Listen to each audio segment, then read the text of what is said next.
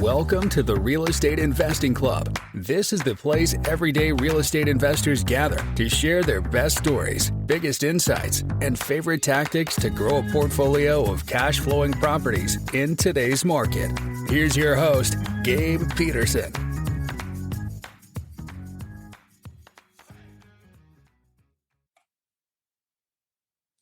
All right. Welcome back to another episode of the Real Estate Investing Club. It is still December 8th. I know I said that on the last episode, but we do multiple episodes in a day here. So we're still on December 8th, but that means we are close to Christmas, my favorite time of the year. And it's a good day because we have RJ Pepino with us on the podcast, and he is with sellhousecolumbus.com. They have done over 1,000 flips. They have 500 properties under management. They've done a ton of other things, a lot of accolades that go towards their company. So I'm sure RJ has a ton to share with us today. RJ, thank you very much for hopping on the show. Yeah, no, thanks for having me on.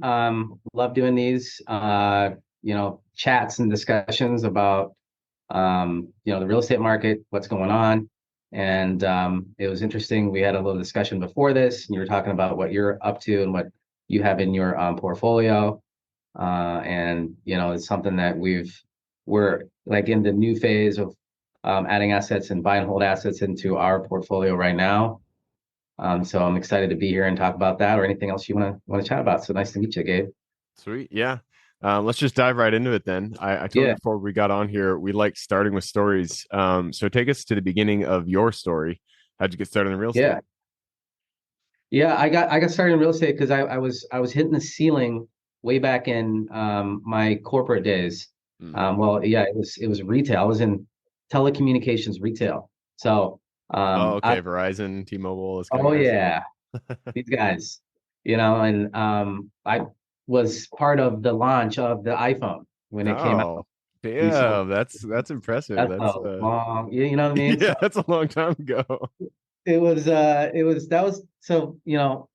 My background is I was a tennis player, played all throughout my juniors and high school, and was good enough to go to college with a scholarship. And so I've been playing tennis. I still play tennis.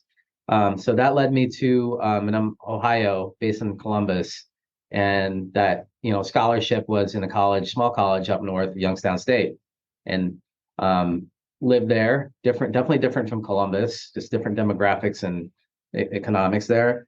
But I was super grateful for that because it was like my first kind of step to like being on my own and trying to like figure things out. And so I did my tennis stint there, got a degree there. Don't regret it. Don't need it though. But what I learned is you don't really need it for what we're doing. Yeah. But it was a good experience to be on my own and to learn a valuable skill, which is selling, which is sales. Yeah. And so that was a big thing that I learned in my 7 years that I lived kind of on my own, and I was up there. And so, I was selling cell phones. I started with Singular, and they're not even around anymore. Remember those minutes that rolled over? And I did that stint, loved it. I was making, a ton of money at that point in time. That was a ton of money for me. And I learned how to sell. And a lot of my experience from the sales led to management. And I was trying to climb up that ladder, which is the corporate ladder. You get the golden handcuffs put on you. You get lured in with their salary and their commission. And, that was the thing. And then I had different mindset back then, different RJ back then. And I was like, if I can climb enough, then eventually I'm going to be like a CEO. I'm like, well, how is that even possible? I'm doing some research. And I'm like, is that how I get to $1 million? Like, I wanted to make a lot of money, right? And I'm like, how can I do this? And so I was researching it. And I'm like, it's going to take. What I found out was it's going to take forever, and I need to have resources or people that I know, and who's going to, it's like there's like this club that you got to be a part of. Yeah. So I'm like, there's got to be a different path for me. And so, in the process of getting better, you read these books, and you kind of do your own research. Back then, when the internet was the internet, you just kind of went into these forums and you kind of see what's people doing. But it led me to a book, which was Rich Dad Poor Dad. Rich Dad Poor Dad was the mindset shift, game changer for me. That kind of showed me like this is really how you can accumulate uh, wealth, right? It's owning businesses and doing it through they talk about the four quadrants. You want to be on this side of the quadrant. Yeah. And part of being on that side of the quadrant is real estate.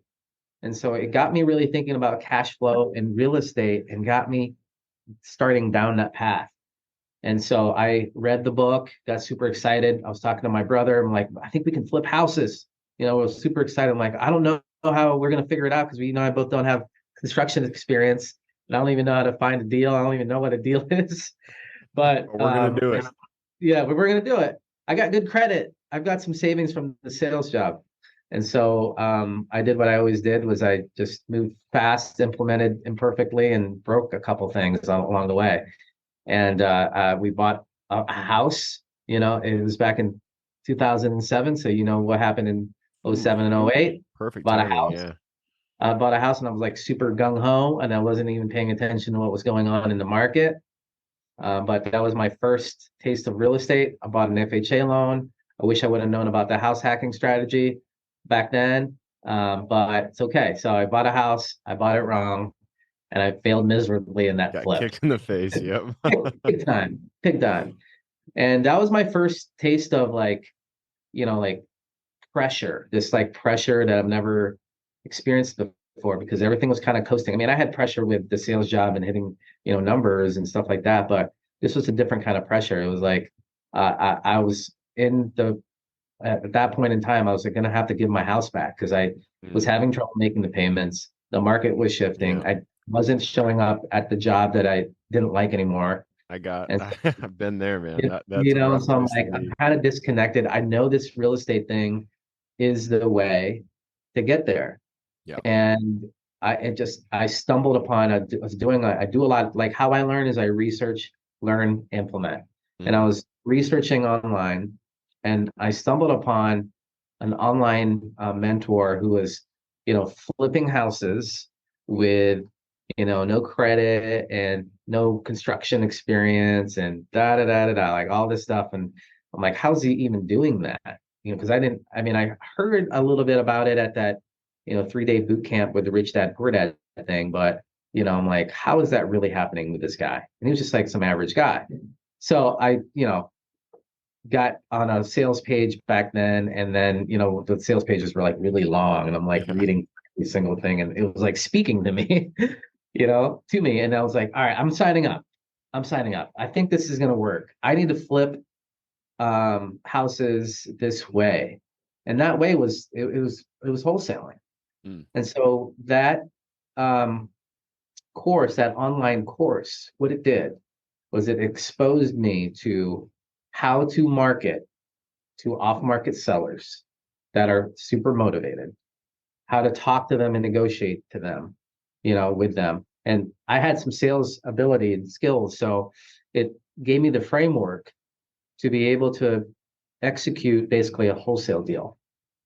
And this was back in '08 and '09. So you know what happened in '08 and '09. Market tanked, right? And so a lot of motivated sellers were calling me and they were wanting to sell their houses because of what was going on.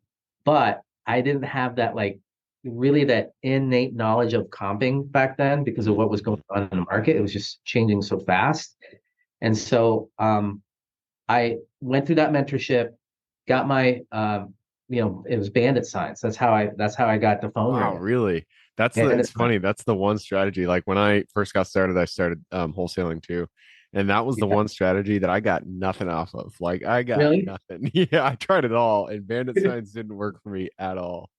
That's funny. Dude, Thursday, I'd be me. My brother would help me out, but I'd literally be there listening to. I had a truck back then. I'd had like 100 signs in the back, yellow 18 by 24 Yep. signs with the long, zip ties you can get at Home Depot. RJ buys houses cash. And I have a vanity number. Vanity number is just like, your number spells out like cash. So my cell phone I still have that phone today. It was my cell phone number. So it'd be like, 555 cash, right? So and I was plastering them, listening to audio tapes that I somehow got through the RIAs that I was going through, and then, just further like just brainwashing myself, like this is gonna work because it was ridiculous. I have never thought that these yellow signs were actually going to work. Yeah. And so I was out there from Thursday putting up signs, getting honked at. I'm like, people were like, hey, you can't, yell at me. What are you doing? You're littering. Like get those signs off. You're not supposed to be putting up on those poles. And I'm like, I don't care. I'm doing them. And I'll just be like, I need yeah, money. I'm just a marketing guy. I'm just a marketing guy. These aren't even my signs. I'm just working. And that was my little spiel. But they worked. They got me deals. They got me things in contract, but I was just getting them in the wrong prices. And so like my first 8 contracts just all fell apart.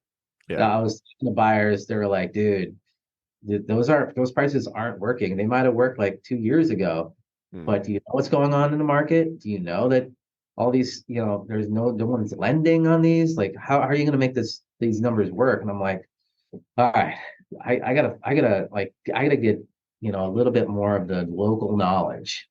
And so YouTube back then, there's only like maybe like a handful of guys on YouTube showing you how to wholesale properties. It was like the new thing. And so I found some local guy, and he's still a buddy of mine. He's a little under the radar anymore, but I reached out to him and I'm like, dude, I have a lot of properties right now. Would you be willing to do like a deal split, blah, blah, blah. And he's like, well, I have a mentorship program where I do deal splits. And so I'm like, all right, well, what's it going to take? And I'm like, well, it was pricey back then. I'm like, looking at my account, it's kind of like dwindling away. I'm like, I'll do whatever it takes, man. Do whatever it takes. So I had to like finance it, right? And again, pressure I've never really had before, but that like pressure forced me to be super resourceful, man. Super resourceful.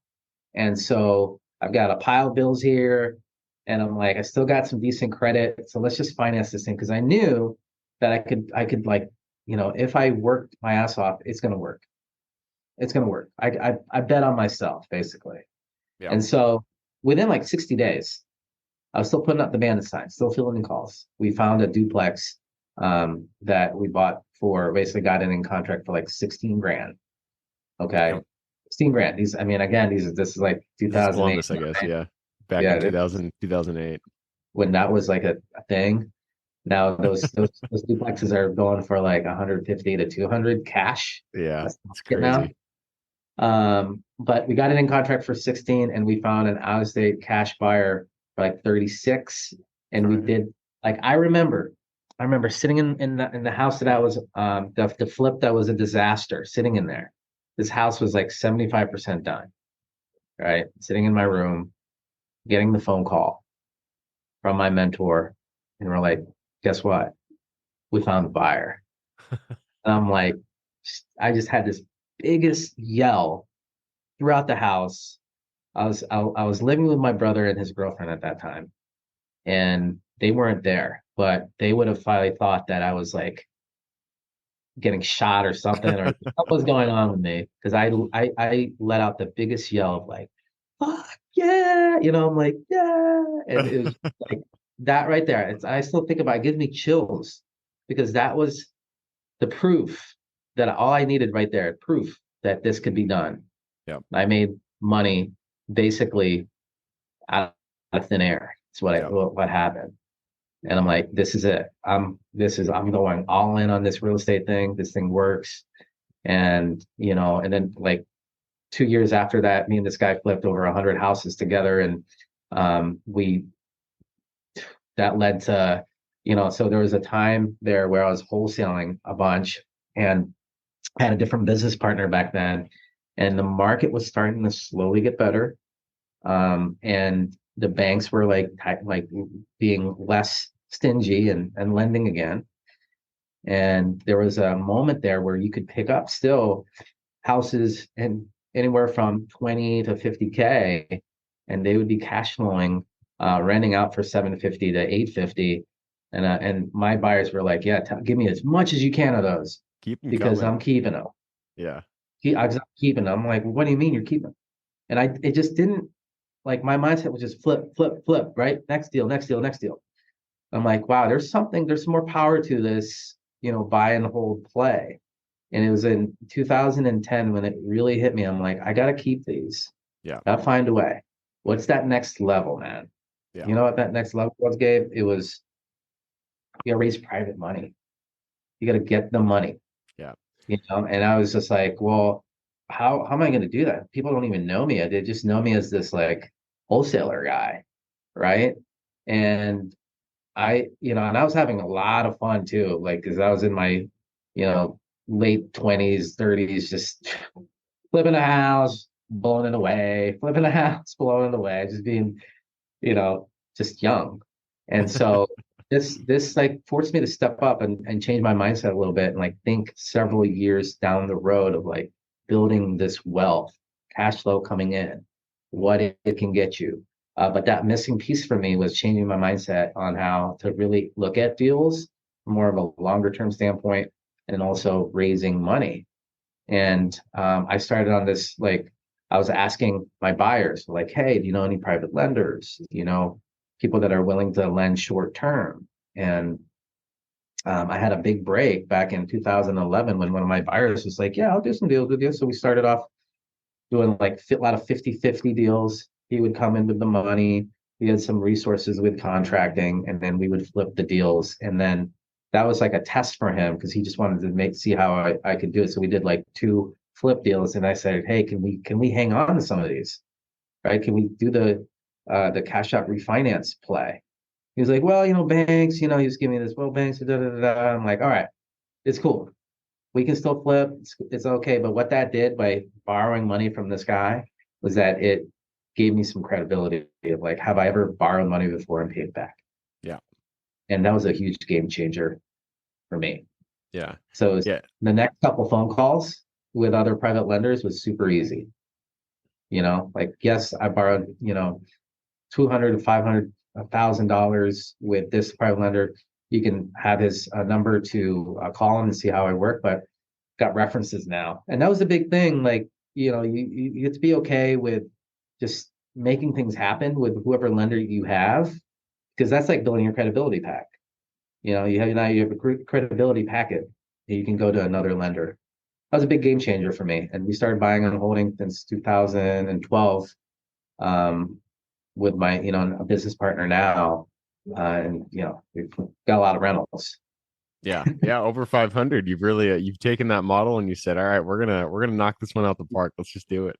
Yep, we had a breakout 2021 where we had a huge portfolio that we bought. We'd always been in that 100 to 150 range.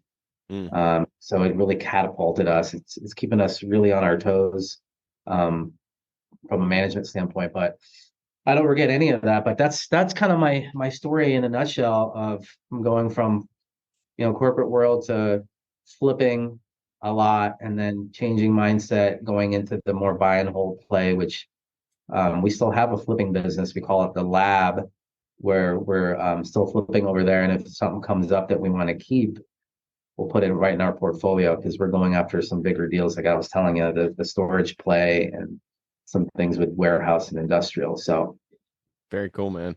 Yeah, I love your story because it mirrors mine a lot, and I feel like a lot of investors kind of can resonate with your story. You work in corporate, you hear yeah, about real estate. I read the same book, Rich Dad Poor Dad, and then you just get started in wholesaling. You cut your teeth on wholesaling for a while, get into some flips, do that for a while, and then eventually you're like, okay, there's another level to this. I got to figure it out because some people are just crushing it with cash flow, with buying, portfolios like you did or commercial like I did. And then you start raising capital and then you're into the next level. And I don't even know what the next level is after this. I haven't even looked into it. Probably doing funds and like big funds, but yeah, it's I love your story. I like the evolution of it. It sounds like I'm sure you got tons of stories within within that career of 10 years. Unfortunately, I looked at the clock. We are running it down, so am going to have to move us on to the quick question round. But before we do that, I want to ask a bit about what you guys are doing today. So you've got us to the current point. What is your bread and butter today? What are you doing, and what does the next couple of years look like for you? Yeah, so we have a lot, like I was telling you, we have a lot of single families, duplexes, and small multifamily in our current portfolio. Mm. That is that's keeping us super busy, and that's fine. Like it's stabilized.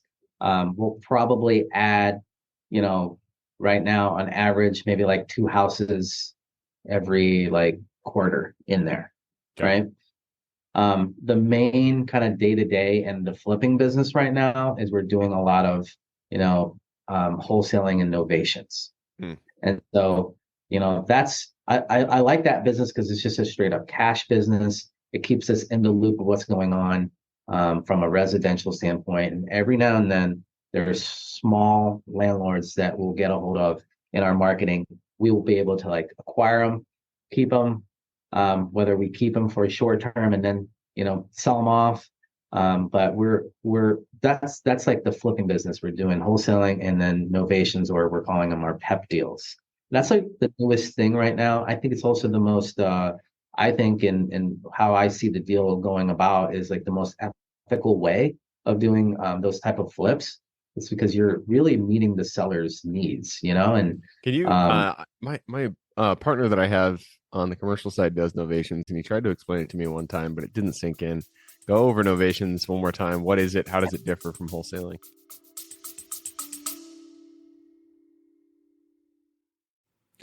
Before we continue on with today's guest, I want to tell you guys about a community I'm launching on School to help investors like yourself grow your own portfolio. In this community, you'll get access to all the docs I use, all the systems I've built, everything I've used to grow my own portfolio, as well as instructions and guidance on how to get out there and find great deals, how to finance those deals, and then how to manage them for great returns. Since we're just launching it, the price will be set at a measly $20 per month, and whatever price you join at is the price you'll have for life. We will be increasing the price as the group grows, so if you're at all interested in growing your portfolio along other investors, now is the time to join. I will put the link somewhere in the bio or on our podcast website at therealestateinvestingclub.com, so if you are interested, head on over there. With that said, let's get back to the podcast. Yeah, so basically you're the whole thing that with novations is that you're replacing the current purchase agreement, right, with another agreement with a buyer. So you're just it's like it's a different type of transaction than wholesaling because you're just kind of like assigning over this contract. Novations in its like context is a little bit it's the same, but it allows you to actually list this property on an MLS. Hmm. And where are the buyers that are paying the most? Well, they're on the MLS. Your cash buyers that you've built these relationships with have these formulas that are, typically they're going to need deep discounts for you. So when you're talking to your motivated seller and they're like, well, you give them your cash price based on what's going on right now. And, we're still flipping some homes as well. You got to be a little bit conservative with your, ARV anymore. You want to be under that so that you know that it's going to sell because it's not like 2021 and 2020. All those, the 3 years of this hot rising market, blah, blah, blah. It's not the same markets. You got to be underwriting it very conservatively. So this novations that we're doing is literally just we're saying being upfront with the seller. The cash price doesn't work for you, and we're going low on the cash price, right? But there's probably a way that we can still work together, and I can probably give you a little bit more money and get close to your asking price. I just need some flexibility with y'all. Like I need to list it on the MLS. I got to work with these buyers that are typically using a loan. We're going to handle all of that for you, right? That's how we kind of like pitch it. We're going to handle the sale for you and inspections. We might have to do some renovations to it. That's coming out of our pocket. So you might see on the MLS listed at a higher price, but out of that higher price, that's paying us and covering our costs that we're coming to the table to bring it to, inspection standards, right? And so in entirety, you're basically getting permission from that motivated seller to put it on the market. And then when that new buyer comes and steps and says, hey, I'm interested in getting this deal, you're replacing that contract with that buyer to the seller. And they're going to see what you're making. And you got to be upfront with them. Be like, look, I know it looks like we made this much, but we also had to cover the request to remedy. There's always a request to remedy in these things unless you like negotiate with that buyer.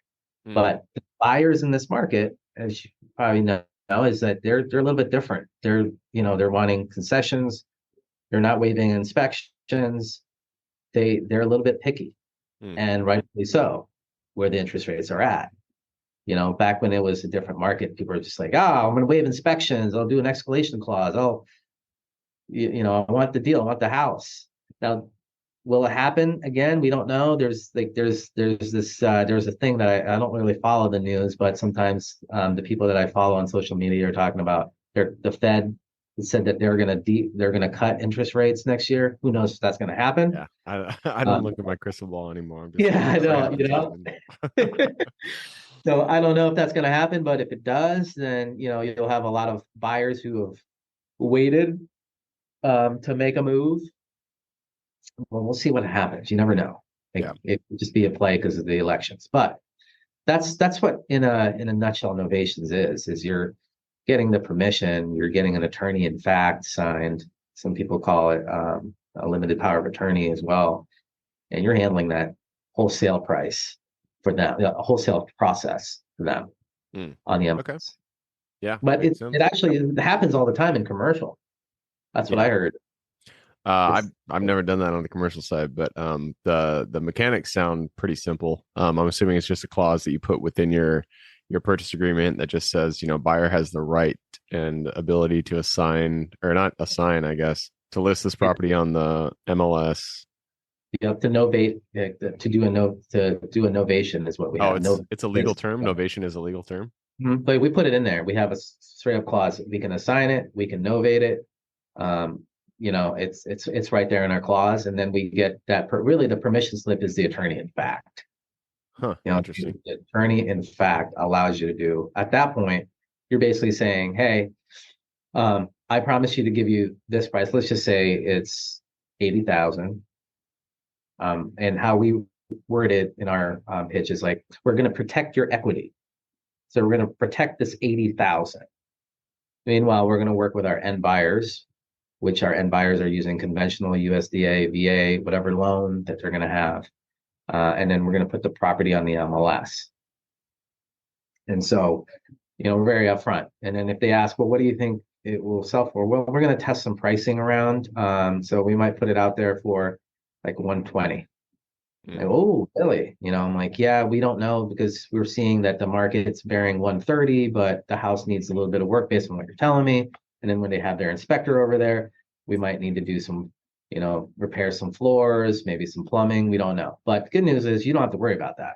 Yeah. We have good pricing on because of the volume pricing that we get. And so we're going to take care of it. And sometimes we'll have to do some things after the closing for them. So that's how we pitch it. Yeah. What would why would a seller do that versus just go with a real estate agent if it's going to be listed on the market?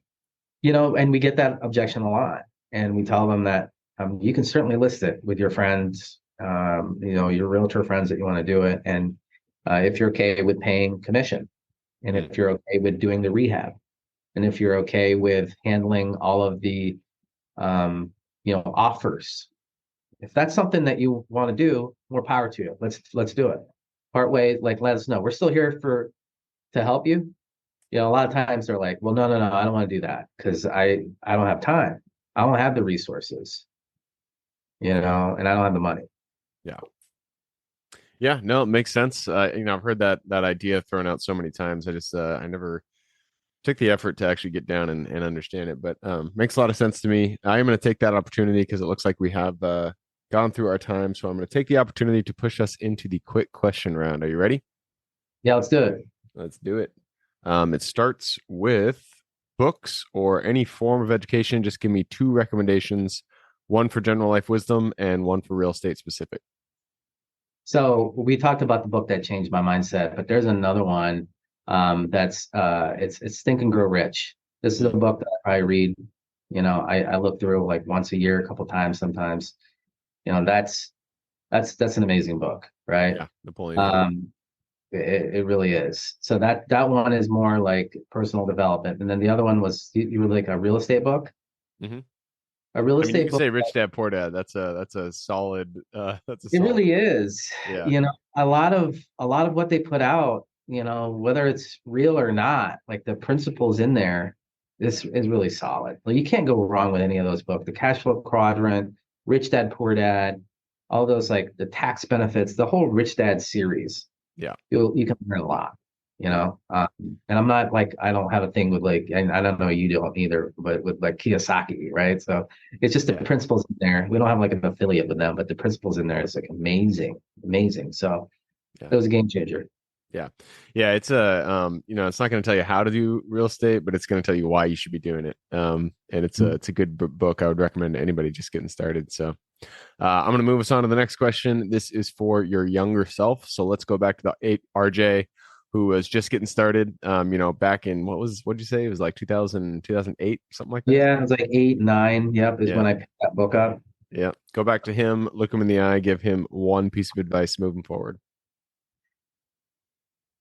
One piece of advice. I love this question, man. What came up for me in that moment was to um just you know cut down cut down on partying Yeah. and look at so like I'm not saying like don't have fun because you got to have fun, right? That was the time to do it, but you can get further ahead if you just learn this one strategy, and that's called house hacking. Mm, Look into house hacking. yeah. That's what I would tell myself. That's a good Yeah, piece of advice. That's it something really I is. wish. Yeah. My daughter, I'm gonna have to tell her to go down that route because that is something I wish I would have done. All right, I'm next definitely my question. kid. Oh, we're having a little bit of connection issues. Are you is your internet? There. Good. Yeah. All right. Problem has been fixed for you guys. It was no time for us. There was internet issues, but we're back. We're running. We're going to the next question, and this is about the U.S. This is a question I ask everybody, but you are a one metro guy, which I love to hear. I'm going to ask you anyways. The U.S. is a big place. Yeah. It's a lot of opportunity out there. Give me the single metro you're most excited about investing in today. My home city. I'm Columbus, Columbus Ohio, through and baby. through. Columbus, Ohio. If you guys are watching my market, you'll know that Intel just recently committed to getting like over 20,000 jobs. What I also heard was outside of that, there's another aviation company. I pay attention to that, the economics and job factors. Just pick a market that has a diverse economy, Mm-hmm. a diverse economy. So that if one economy starts to slip up, well, you still have healthcare over here. If healthcare starts to slip up, well, then you got your like fashion and you know here, you got Facebook here, Google's here. These are like the guys that have done all the hard work. They're looking and picking and choosing which markets to go to. And then you have like there's an aviation company that is working on, this is amazing, but flying cars. This is going to be a real thing. Sick. Flying cars. They The opened up in Jetsons. Dayton. The Jetsons. It's so crazy. I'm like, wait a second. Like this is coming out. It's like, yeah, it's true. That's another 4,000 jobs over there. So just choose your markets like that. And Midwest is a great market because, and it's like, if you look at it in the map, it's really more like Northeast and not in the middle of, the States. I don't know why they call it Midwest, but like, you got to pick the markets that just have affordable housing, diverse economy, and people are moving there for the jobs. Yep. So that's why I like my market. I'm telling you, I'm bullish on Columbus. I'll always be. Columbus is a great market. Columbus, Cincinnati, Indianapolis, all those big Yeah. markets out there right under the lakes. Pretty Yep. solid. All right. Next question is about finding deals. It all starts with getting in contact with the seller. So what is your favorite way to generate leads and find good deals? So at one point, it's changed. So at one point, it used to be direct mail, it used to be cold calling, it used to be texting. Well, right now in our market, in the last 90 days, our number one lead source is PPC, pay per Okay. click, Yeah. pay per click. And so we're bullish on that, and we're really noticing that website that I gave you that's doing really well in the search engine optimization is because we've did a lot of we at the closing table when we helped the thousands of motivated sellers. We took videos, the ones that wanted to do videos that didn't mind it. We took video testimonials, authentic, right then at their happiest time, when they're getting the check, and we put them on YouTube. And then we put that YouTube link into our website. There you go. So this is a good way for y'all to get leads, especially really motivated ones. Because imagine somebody going online researching and they're typing in their information, right? They're motivated. They're like, this whole mindset thing.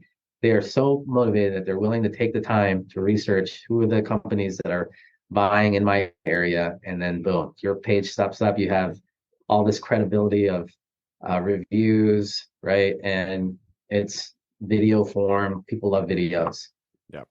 So Yeah, credibility goes a long way. Video content, that kind of stuff. It really does help with the sale, with people's confidence in your trustworthiness and your ability to actually get the deal done. So, love that strategy. I'm going to move us on to the next question. This is, I lost my spot. I do this every single time. I don't know why this happens, but there it is. This is about your strengths. All of us are gifted with strengths that we uniquely provide this world. So what is your Superman strength? Really, my superhuman strength is being resourceful. That's really it. Yeah. And that's a strength that pays back in spades when it comes to, I want to say real estate, but really it's just any business. Anytime you're trying to build a business, being resourceful is super important because nothing goes the way that you plan it to. Well, sometimes it does, and that's the times that you really got to be thankful. But usually things just go in their own way, and you got to be resourceful, figure out your own solutions to those problems. So that is a good strength to have. Yeah, All right, that leads us to the last question. This is for the listeners. You've given us a lot to think about. I'm sure people want to reach out, get in contact with you. How can they get in contact with you, and what can they expect when they reach out? Yeah, easiest way is let's connect on Instagram. I'm there all the time, every day, just checking and answering DMs, and it's at RJ Pepino. And what you're going to see is just me documenting what I'm up to. So at the closing table, at properties, with my family, and if you're interested in what we teach the buy and hold. Play. We teach you how to find properties off market, how to raise private capital, and how to grow a real estate portfolio, just like how we did. So anything that we're doing, like we're still, we still have the businesses over there, the lab, like we're still getting deals every day. And some of those deals we'll put away into our portfolio and show you how to do that. So that's what you're expecting. I truly appreciate you having me on here, Gabe. Love talking to you and love seeing you. And hopefully we can connect some more soon. Yeah, absolutely. It's been a good conversation. So for everybody who wanted to reach out, that is on Instagram. It's at RJ Pepino. Pepino is spelled Pepino. The website is sellhousecolumbus.com. So I'll put those links in the show notes. If you want to reach out, just click the little more in the description. It'll pull down that full description, and in there you can find those links. So yeah, RJ, that wraps it up. Again, thank you very much for hopping on the show. I love having people with as much wisdom as you do pop on here and give their stories, give their perspectives. So thank you, and I hope you guys crush it in 2024. Awesome, man. Thanks for having me. Absolutely. For everybody who's here with us today, thank you guys for showing up. You are the reason we do this. So if you guys have any questions whatsoever, reach out to me, Gabe at therealestateinvestingclub.com. And if you guys want to support the show, all we ask is give us a like, subscribe, share, all that jazz. Other than that, I hope you guys have a great week. Keep rocking real estate, and I look forward to seeing you on the next episode. All right, before I officially sign off, I have a quick announcement to make. If you're interested in becoming a passive investor in one of my deals, my own company, Kaizen Properties, is looking for capital partners for our upcoming projects. We invest in what are known as recession-resistant assets, mainly self-storage facilities, mobile home and RV parks, and industrial properties. If you're interested in investing and would like to learn a little bit more about my company, our investing criteria, and some of the previous projects we've done, go to the Real Estate Investing Club podcast at therealestateinvestingclub.com and scroll all the way down to the bottom of the page. Click on the Invest With Us button. That'll pop up the investor form. Fill that out, and we will reach back out to you as soon as we can. Or if you prefer a little bit more of a personal touch, you can reach out to me at gabe@therealestateinvestingclub.com. So really, that is it. Again, it was a pleasure hanging out with you guys during this episode, and I look forward to seeing you on the next episode.